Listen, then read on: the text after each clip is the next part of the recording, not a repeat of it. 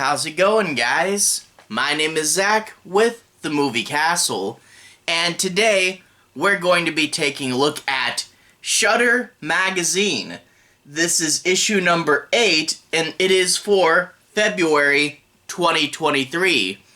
This magazine, once again, for those of you guys who are new, is black and white, classically styled anthology horror. In one magazine, you're going to get 6 unique horror stories, and they're usually really cool and interesting stuff. They like to go by classic monsters or classic genres, so you'll see things like werewolves and vampires, but you'll also see things like sci-fi or fantasy stories.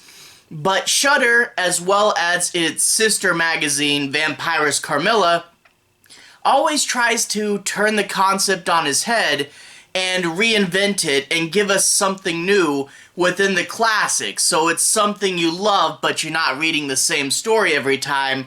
Fun little twisty horror tales, and you really never do know what you're gonna get. This one, as always, it's fun.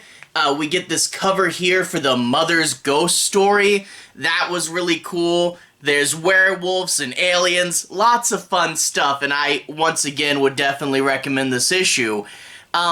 Really quick, though, I do want to say, sorry this video is coming out so late. This issue in particular came out right before I got really sick, and my schedule has been a mess for a while, but I'm playing catch up and I'm trying to get all these videos out that were supposed to come out a bit, so sorry this one's a little late. Anyway, without further ado, let's go ahead and switch to the close-up camera. I'm gonna do little mini reviews for each of the stories. Don't worry, I won't spoil any of the twist, but I'll give you guys a setup for each and show you the art and, you know, a little preview, if you will. Anyway, without further ado, to the close-up camera. Alright, here we are inside the castle taking a closer look at Shudder Magazine number 8 for February 2023. Like I say, these magazines, I don't know what it is, all comics do this, where the date that they have put out is like well after it actually comes out. I think it's something to do with them trying to all be early. But anyway, nice Shudder logo in purple, and below that, we get this really nice painting of Mother's ghost. And this does correlate to something that happens in the story. Now, I know that a lot of these times the story is made up to go with a painting, which is a fun way for inspiration. Although, that being said, I can't help but notice the year here when Mother died is 2008, so not the oldest painting ever. I know a lot of these come from the 70s. I would be curious if there was like a little painting history section, but whatever. It is a really nice painting with blues and swirliness and her rising up there, and we get this nice caption, "Mother died, but she won't stay in her grave. Mother has a secret that she needs to reveal. What happened to Mother? Mother's ghost. See page 6. So yeah, I thought that was pretty cool. And if we open it up, on the back of the cover, we get Old Auntie's Fearsome Fables. And we get, she's talking about ogres this time, and how the name came from Okrus, who was an old-timey god that fed on humans. What does it say? What mythology? I don't know if it says, oh, French. I guess France has their own mythology, I don't know. But how they're usually big, how the Cyclopses were one-eyed ogres, and how we should avoid our local bridges. After that, here's the credits to the issue, and below that, oh yeah, the cover is by Fred Steinze. After that, we get the table of contents, Mother's Ghost, Claramonde, Guest of Honor, Jojo the Wolf-Faced Boy, The Devil's After School Club, boy, that's a fun title, and Beware the Feeder. And then we also get some preview images hinting at what might happen in the book. Some cool little previews there. Anyway, after that, we get Dear Aunt Shudder, and we get this nice comment where someone's talking about the Battle of the Beast stories, and this really fun picture of the zombies there. Anyway, after that, we're going to dive into the stories proper. I'll be doing a little mini review for each one, but that being said, I won't be doing any major spoilers. I'll be avoiding the twist, and I'll try not to be showing you guys too much. But anyway, the first story, Mother's Ghost, and I do like we get a comic recreation of the front cover. The same general composition and details, but we can see the differences both in the art style, and in this one she's leaning more forward. I really do like to see two different versions of the same piece. That's pretty cool. But Mother's there. She likes her flowers and her dogs, and she has a daughter, and the daughter is going to be married to this man who the mother has a bad feeling about, and he's really cheap. They get a cheap little wedding there, and shortly after the marriage, Mother dies, and of course, after Mother's gone, the guy's not going to be near as nice to her. Two things that prove he's very bad: he doesn't feed the dogs enough and doesn't like them, and also there's some domestic abuse. So yeah, overall, reveals his true colors, and he is a scumbag. Well, looks like it's time to give Mom a phone call and summon her back into the world of the living to get some good old revenge. Classic anthology horror. Evil jerk going to be getting his comeuppance. After that, we get a story called Clarimond, written by Théopold Gautier in 1836. I do like they keep the classic stories going, but in this one, we get a guy who his whole life wanted to be a priest, and then right there, as he's officially becoming a priest, he meets the love of his life now that he can't have her. Yeah, literally the absolute worst day to meet the woman you're gonna fall in love with. But he, of course, gets obsessed, and he can't stop thinking about her. But, of course, if you're a priest, you're not allowed to marry. And so it's become this big thing in his head, this sort of, war between himself. And he gets called by this mysterious guy in the middle of the night to go to a castle he's never heard of. And there he sees that the love of his life is dead. However, we find out that this isn't the first time, according to local rumor, that she died. And Auntie Fearsome tells us at the beginning she's not exactly human, and his life is going to sort of split into two pieces even further than it did in fantasy. This sort of world where she's alive and a world where she's not and he's still a priest, and the two halves of his life are going to be very different, let's just say. And overall, I really did like that. A whole lot of meaning, a whole lot of, what path do I want to take, and also a good, hey, I think there's something up with her. But yeah, parallel timelines, that's a pretty cool story. Anyway, after that we get Guest of Honor, where this guy gets lost. He goes to an old hotel that is off the beaten path now, that whole psycho thing of, looks like they opened up a new road, I guess our hotel is screwed. But for some reason, it's still going strong, and he actually wins a contest. Once a month, a random hotel patron gets to be the Guest of Honor. Really do like this big hotel, looks a little bit like the Overlook.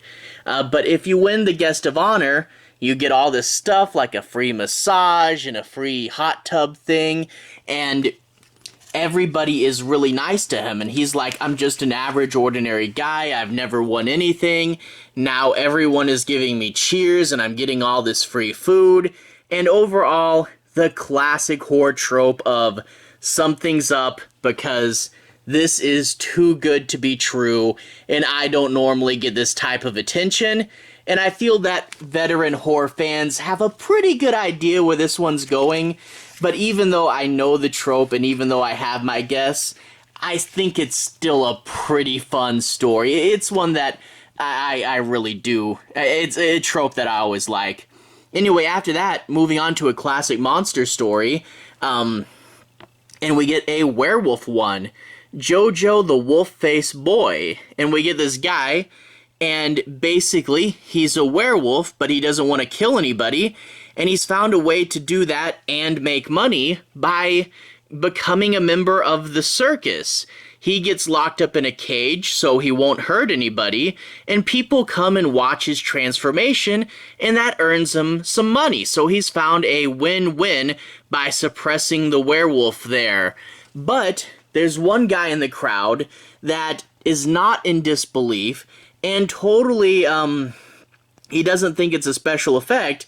This one guy goes, "Oh, hey, there's a werewolf," and he goes to the manager afterwards and is going to try to pay him to open the cage. But what does this mysterious figure want with the werewolf? And this is another classic case of a Shudder story that we know the gist of. It's like, okay, it's a werewolf story. We're doing the bit where he's trying to not hurt anybody, and hey, it's a circus story now too.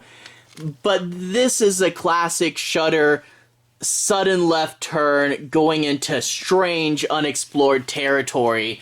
And I do really like that. And it is something that when you hear what they talk about, the big reveal with this book, you're like, okay, that makes sense, but that's such a fun, obscure pull that I would never have guessed it. You know, I think some Shudder twists are like that, where they're either super easy to guess, or no one in a million years would ever guess them. But anyway, after that, a really fun story I love. The Devil's After School Club. And you get a bunch of these hippie elitist people, you know, the wives, and they start talking about how they're upset that the school has a new rifle club, and they're all anti-gun, and they're upset.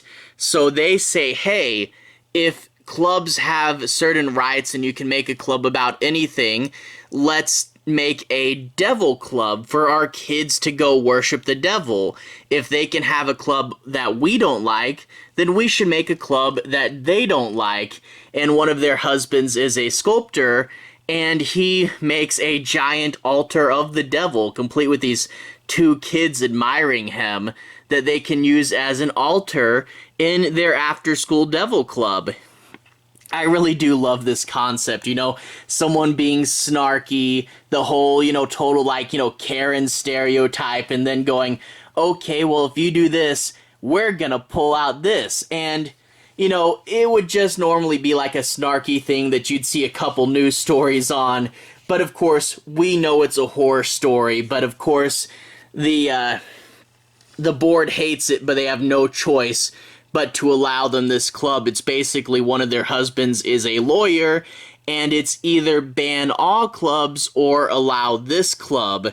And I do like, you know, we get the mothers going, hey, we're gonna get all our kids there and, you know, tell them, dance faster, kids, dance around the altar. Yeah, a fun concept. I do like, you know, reinventing news stories, because that does sound like something you'd hear as a news story, but reinvented in a clever, unique way that's, you know, it's a fun, wacky horror story. But then after that, we get Aunt Shudder in a spacesuit, because we're doing a space horror movie. I really do love, like, Alien's one of my favorite movies. I do like sci-fi, but, you know, as long as it's original and weird and crazy and preferably creepy. And I do like that we've been getting consistent sci-fi stories out of these books. Maybe we need a dark sci-fi spin-off book. That would be fun. But anyway, it has to be dark, though, you know. But anyway, Beware the Feeder. And we get these spacemen. They've crash landed on a foreign planet, and we get a little bit of a flashback. They crash land, and an alien comes up and grabs their commander. Well, they follow its glowing energy trail, and they're like, hey, if we follow this trail, we can save the commander. Yeah, but this thing is just absorbing our laser bullets. How are we gonna kill it? And it's a classic case of analyze the situation and come up with a clever way around it. You know, how do you escape this predicament?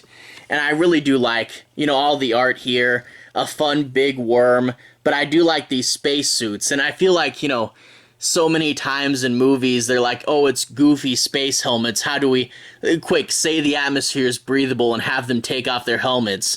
But no, I like it when they keep their silly space helmets on.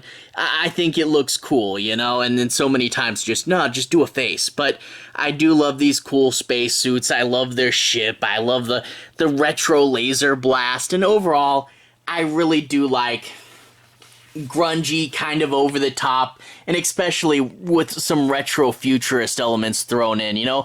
Like, I really do like how the original Alien, you know, it's this grungy future, and it's supposed to take place in the, 2100s, but they don't have touch screens or anything. It's all that green on black computer layout stuff. I don't know, I do like that element of things. But yeah, sci-fi is pretty cool. I've been watching a bunch of Philip K. Dick movies lately, the guy that wrote the book that would become Blade Runner. Cool stuff. You can find some of those on my channel as of late. But anyway, to everyone who's watched so far, thank you for watching. To everyone who's liked and subscribed, thank you. You really are helping the channel out. I'll put a relevant playlist on the bottom. This should be my Creeps / Carmilla / Shudder playlist. Basically the whole family of books there. If you want to see me talk about more of these magazines, you can click right there and see more. There should be all the past issues of Shudder, and there should be all the issues of Carmilla, and in fact, I'm so late on getting this one out that I'm pretty sure the new Carmilla is about to come out if it hasn't already, so I should probably check my Barnes & Noble and see if it's out. Anyway, have a good day. I'll see you guys again very, very soon. Relevant playlist on the bottom.